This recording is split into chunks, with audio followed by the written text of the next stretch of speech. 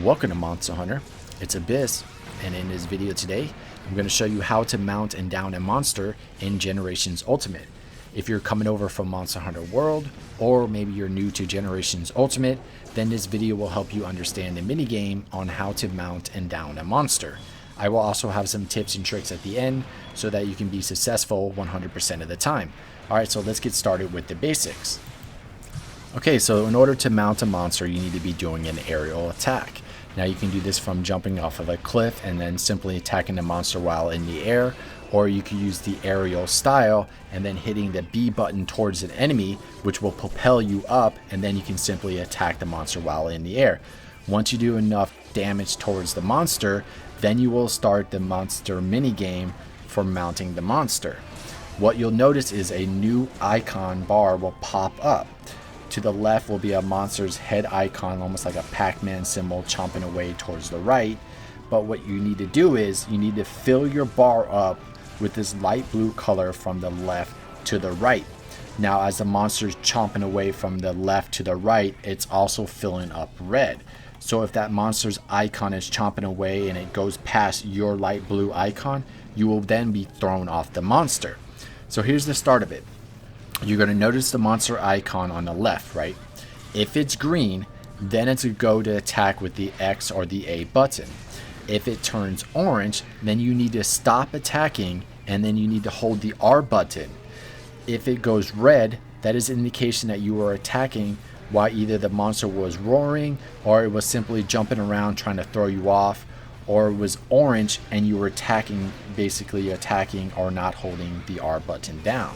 Simply stop attacking and then it'll go from red to orange, and then once the monster stops roaring or jumping around, it'll go back to green again, and then you can continue attacking until you fill that light blue bar up all the way towards the right side.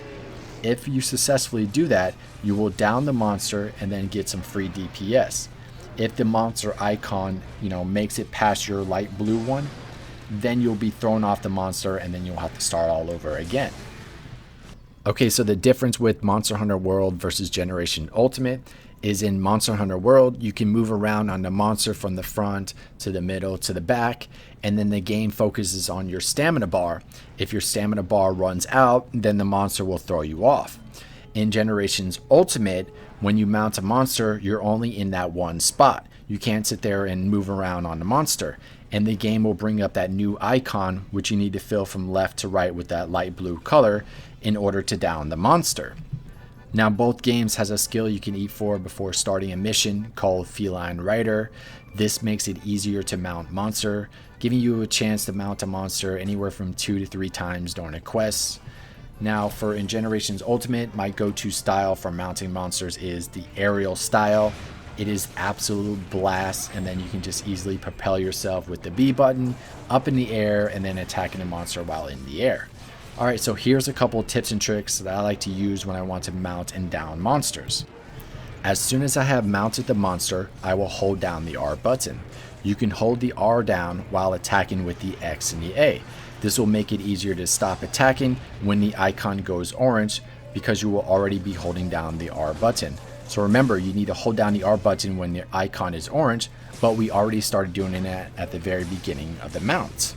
When that thing goes green, you can just continue to hold the R button down while attacking with the X and the A. Alright, so the next indication that I like to use is the way that the game camera will zoom in on your character.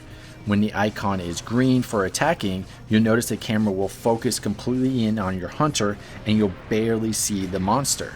When the icon is orange, the camera will zoom away and focus on you and the monster. And this is when the monster is roaring or jumping around. The camera basically wants to show you the monster jumping around and roaring. So just to recap, when the icon is green, the camera will zoom in on your hunter. And when the icon is orange, it'll pull away so it can show you what the monster is basically doing. Those are the tips and tricks I like to use to successfully mount the monster and down them. Other than that, if you have any questions, please leave them in the comments down below. If you found this video helpful, make sure you support by hitting that like button and subscribing and turning on the notification bell to stay up to date on all my latest videos. With that being said, thanks for watching, and I'll see you next time.